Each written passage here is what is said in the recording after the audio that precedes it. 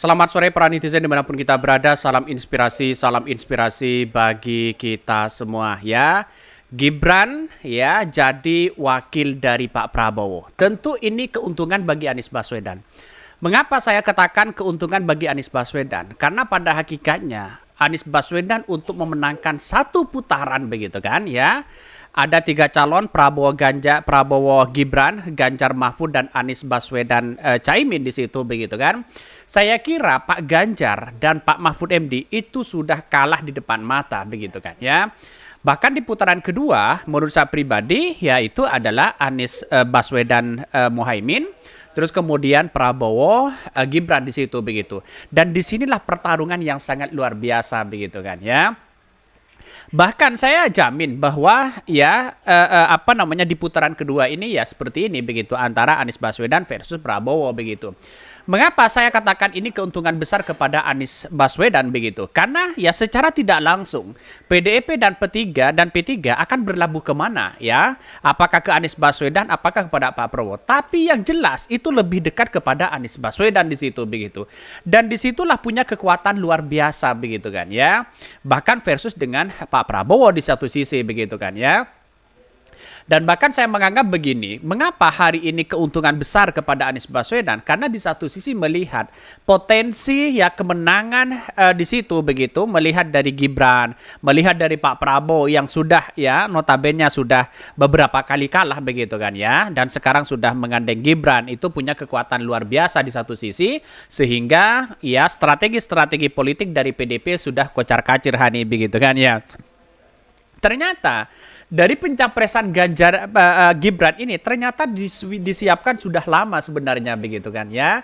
Bagaimana caranya kuda Troya yang dimainkan oleh Pak Prabowo di situ untuk ya memecah belah strategi dari politik dari PDIP. Sehingga apa yang terjadi ya? Banyak yang kemudian muncul dinasti-dinasti dicap sebagai seperti itu. Mulai dari pendukung-pendukung Pak Jokowi selama ini begitu kan ya, mulai ditarik untuk dukung kepada Pak Prabowo begitu. Si Immanuel, terus kemudian Projo yang sudah menyatakan dukungan kepada Pak Prabowo hari ini. Ternyata strategi Pak Prabowo sudah dimulai di situ begitu kan. Ada kemenangan yang sangat luar biasa dan fantastis di situ begitu ya. Tapi pada akhirnya PDIP tidak tinggal diam di situ untuk menunjukkan kekuatan saya ini adalah orang yang kemudian bisa Pak Jokowi seperti itu presiden 2 periode dan itu sudah dibantah berkali-kali begitu kan ya dengan adanya situasi strategi politik yang dimainkan oleh ya Pak Prabowo begitu kan. Mengapa di satu sisi ya PDIP hari ini begitu kan ya mulai agak kecewa terhadap Gibran dan Pak Jokowi, pada akhirnya relawan-relawan mereka yang kemudian punya potensi luar biasa ditarik ulang begitu kan ya untuk memenangkan Prabowo Gibran. Ini sangat potensi sekali begitu kan. Dan sekarang bagaimana caranya untuk melemahkan Pak Jokowi begitu? PDIP mulai dengan simpatisannya, dengan relawan-relawan Ganjar dan Pak Mahfud begitu mengatakan dinasti politik yang dimainkan. Ya, dinasti politik dimainkan kepada Pak Jokowi, kepada anaknya dan sebagainya untuk memecah strategi-strategi itu begitu. Dan pada akhirnya perlawanan sangat ketat sekali di situ begitu. Pak Prabowo secara strategi sangat masif sekali. Ya, narasi-narasi yang dimainkan oleh mereka agak diam begitu kan ya. Diam-diam sana sini, tidak memunculkan spekulasi baik dari Permadi Arya, terus kemudian Adi Armando, kemudian yang lain begitu kan ya. Seolah-olah slow respon mereka begitu kan. Seolah-olah diam respon mereka. Tapi pada akhirnya strategi politik mereka itu dimainkan. Bagaimana untuk memecah belah strategi dari PDIP.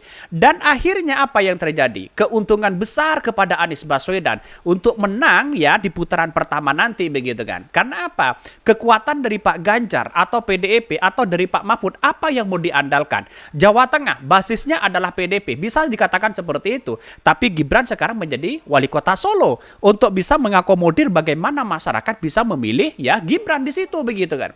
Akhirnya apa yang terjadi begitu kan ya di Jawa Barat, apa yang mau diharapkan oleh PDIP? Jelas mereka tidak ada mereka begitu ya. Di Jawa Timur ya itu sudah lumbung Anies Baswedan dan Caimin di situ. Dan pada akhirnya apa yang terjadi? Apa yang diharapkan oleh PDIP hari ini sudah benar-benar di depan mata. Ada kekalahan besar ya kepada Ganjar dan Pak Mahfud begitu kan ya. Ini strategi yang dimainkan oleh ya pendukung-pendukung Pak Prabowo begitu. Sehingga apa yang terjadi? PDIP hari ini kocar-kacir mereka begitu kan ya. Apa yang dituduh selama ini begitu dinasti politik, berbagai cara dilakukan, MK sudah mau dimainkan di situ, tapi tidak terbukti sama sekali. Narasi-narasi itu pasti ya ada bantahan yang sangat kuat oleh mereka begitu. Dan apa yang terjadi?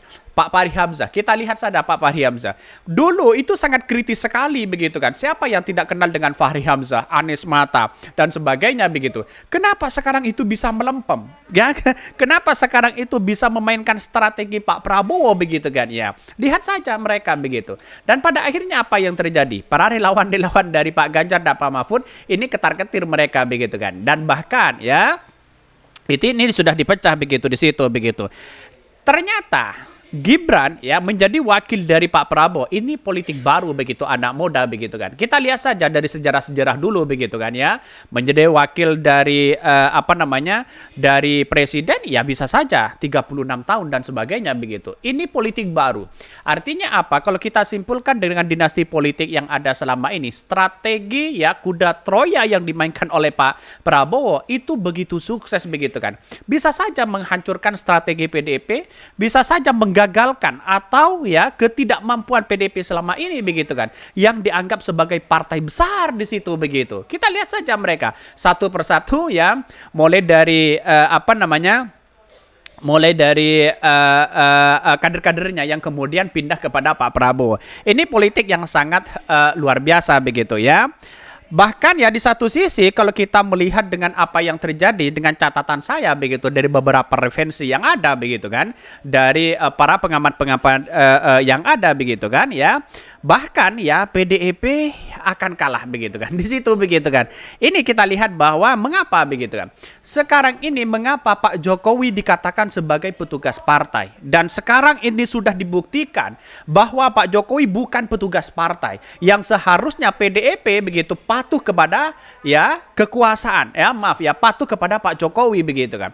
Mega harus patuh kepada Pak Jokowi sehingga menunjukkan apa yang terjadi selama ini. Saya ini bukan petugas partai. Beberapa bulan yang lalu Pak Jokowi mengatakan, saya ini bukan Pak Lurah, saya ini bukan petugas partai begitu kan. Saya ini adalah kepala negara, dan disitulah sudah disimpulkan apa yang terjadi selama ini sindiran keras kepada Ibu Megawati begitu kan. Ini kan sudah jelas di situ begitu. Tapi pada hakikatnya PDIP tidak pernah begitu kan ya mengingatkan bahwa Pak Jokowi itu adalah sebagai orang yang kemudian punya kingmaker besar. Tidak pernah berkata seperti itu. Bahkan disanjung-sanjung oleh PDIP di situ begitu. Kita buktikan aja nanti begitu kan. Kalau PDIP akan tetap melawan, mengkritik Pak Jokowi, suatu saat nanti bisa saja kader-kader PDIP bisa saja dan tersangka begitu kan. Kita lihat saja mereka begitu kan. Jadi hal-hal seperti inilah yang kemudian ya PDIP harus hati-hati begitu kan ya. Terkait dengan situasi politik hari ini, bisa saja kekalahan besar baik di parlemen, baik Ganjar dan Pak Mahfud ini bisa kalah begitu kan ya. Bahkan ya di satu sisi kalau kita melihat dengan apa yang selama ini begitu kan ya, kinerja Pak Jokowi ya. Inilah yang kemudian yang digoreng habis-habisan oleh pendukung-pendukung Pak Prabowo. Bagaimana keberlanjutan kinerja Pak Jokowi itu harus ada regenerasi di situ begitu. Sedangkan Pak Ganjar tidak bisa, Pak Mahfud juga tidak bisa. Apakah ini tersandra dengan beberapa kasus besar atau apa begitu kan? Tapi yang jelas harus ada kinerja Pak Jokowi yang kemudian melanjutkan. Entah siapa mereka begitu, baik dari anaknya atau siapapun begitu kan ya. Orang tidak akan melihat bahwa ini dinasti politik atau apa. Tetapi yang penting melanjutkan Pak Jokowi. Bisa saja kalau kita simpulkan hari ini, relawan-relawan Pak Jokowi yang begitu banyak dan masif begitu kan. Yang kemudian masih ada Projo, ada Emmanuel Ebezer, terus kemudian masih ada di Ganjar. Itu akan pecah begitu di situ begitu. Bisa saja relawan-relawan Pak Jokowi diambil di situ begitu kan untuk mendukung Pak Prabowo. Bisa saja seperti itu begitu kan. Lantas bagaimana dengan PDIP? PDIP diambang kekalahan di depan mata. Itu sudah jelas ya begitu kan ya. Coba apa yang dipertahankan sekarang oleh PDIP begitu. Ya ini strategi kocar-kacir begitu loh. Dan sekarang baru terdaftar ke KPU saja ya Ganjar dan Pak Mahfud itu sudah tidak berkutik mereka begitu. Mengapa saya katakan tidak bisa berkutik? Karena pada hakikatnya PDIP begitu kan ya, yang kemudian dia menjadi besar, ya kemudian yang banyak pengikut-pengikut mereka begitu. Karena akibat dari Pak Jokowi yang selama ini berada di PDIP begitu kan.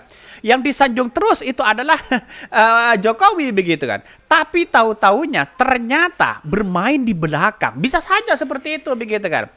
Karakter dari Pak Jokowi kan lihat saja begitu kan ya. Ya menurut saya pribadi politik Pak Jokowi itu Ibu Megawati tidak bisa menebak ya. Ya kalau dilihat dia lurus pasti ke kanan atau ke kiri mereka begitu. Dan apa yang terjadi? Dipersiapkanlah Ganjar di situ begitu kan ya. Yang namanya politik itu tidak bisa begitu bahwa mengatakan ya harus patuh kepada petugas harus patuh kepada ya ketua umum dan sebagainya. Tidak bisa harus berkata seperti itu. Ini negara demokrasi. Orang menganggap bahwa kita harus hormati ya siapapun untuk menjadi capres cawapres begitu kan ya sebagai warga Indonesia, sebagai warga yang kemudian menganut sistem demokrasi, orang akan berpikir seperti itu begitu. Maka saya katakan selama ini pencapresan cawapres dari Ganjar atau wakil dari Pak Prabowo begitu kan ya. Gibran menjadi wakil dari Pak Prabowo. Inilah keuntungan besar bagi Anies Baswedan di situ begitu. Ya begitu mudahnya Anies Baswedan mengalahkan dua orang ini begitu kan ya. Karena pada hakikatnya Anies Baswedan itu sudah di depan mata kemenangan yang sangat luar biasa, kekuatan luar biasa. Coba bayangkan kalau lembaga-lembaga survei ini bagi Anies Baswedan sudah dilemahkan oleh lembaga survei dan opini-opini yang ada selama ini. Lihat saja di Jawa Timur, Anies Baswedan katanya dapat 14% begitu kan. Tapi faktanya di situ begitu. Dan pada akhirnya Jawa Timur, Jawa Tengah begitu kan ya.